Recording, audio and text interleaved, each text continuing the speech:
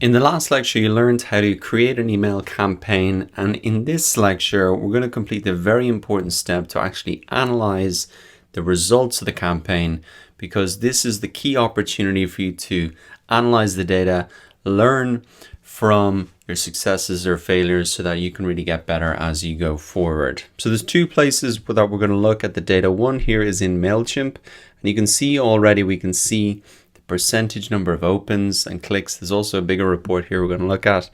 And then also in Google Analytics, if you come down to acquisition, campaigns, all campaigns, you can now see the information for the email campaign that we sent out. And remember that this is coming through because we have added Google Analytics to our MailChimp account. So that was why it was important to do that. So we can really see the number of people that came to the website from that email campaign, and also the number of people then who eventually signed up. But let's go back and start with MailChimp. So at a high level here in the campaign, we can see the percentage opens and clicks, but we can click through to the report to see a lot more detail. Now, if you have a professional or pro MailChimp account, you can set up kind of revenue goals, etc., and really see revenue driven, but I haven't done that, so we'll just be looking really at the information here. So you can get a sense of how good your open rate is by using these benchmarks here. So it says the industry average for education and training, which is the market I'm in, is a 13.8% open rate. So I'm well above that. Obviously, I've got a much smaller list, but I think that's not too bad. So I think the key thing that gets people to open emails is the subject line. So at least now I have a benchmark going forward that I can get a sense of, are my subject lines getting better? Are more people opening them? Or are people starting to trust me more and like me more? Or is that something I need to work on? Now we've got the click rate then. So that was actually the call to action, 5.6% versus 1.5% for an industry average. So that's probably a little lower than I would have liked. And so that's what I can really think about now. How can I make it more exciting for them to actually click on that button? Can I make it something, like they have to click now if they want to take advantage of whatever the offer might be? But thinking about how can I get more people to click, because that's ultimately what I want people to do. So it's good to see the numbers have a baseline there. Now looking across, I can see that there was one unsubscribe. So one person, when they got the email, decided to unsubscribe from the list. So that's only one person out of 71. That's not too bad at all.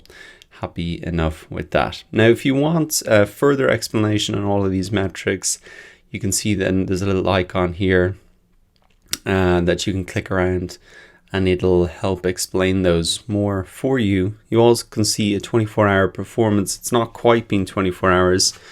It's been about 12 hours since I sent out the email. So I would expect these numbers to bump up a little bit over the next few days, because not everybody opens the email on the minute it goes out. They can come back to it later. But interesting to see that about an hour after I sent the email, there was a spike. So maybe next time I will push my email campaigns to be in 1 hour later, and perhaps then that is a better time where I would get more opens. So there's some great information here in this report alone that can help you improve your next email campaign, for the subject lines, getting people to click that call to action, the time that you send it out, etc.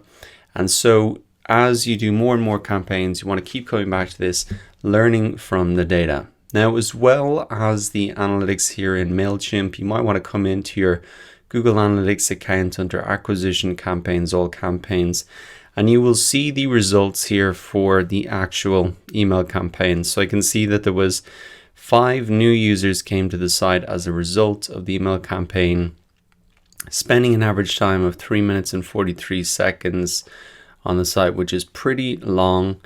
And then actually 2 people ended up signing up for the email list. So that was the main thing that I wanted people to do. So you can see that all the way from that number all the way back to the full list of the email subscribers. It's a pretty small percentage, but essentially that is kind of the baseline that we're working with right now. And remember that there are a lot of steps in the process to get people to that point.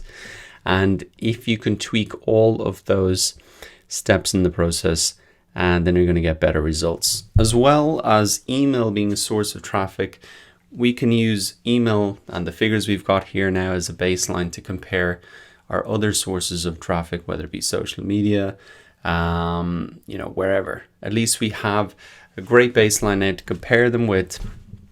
And so that is really, really useful to have. So that really wraps up this whole section on email marketing. This is a very important piece of it, understanding and analyzing the metrics. And that is how you're going to learn. If you're not quite happy with the results that you got, don't view that as a failure. View that really as an opportunity to learn. Now, to wrap up this section, we've got a quick quiz and, of course, an action for you to round out this section. So I'll see you in the next lectures.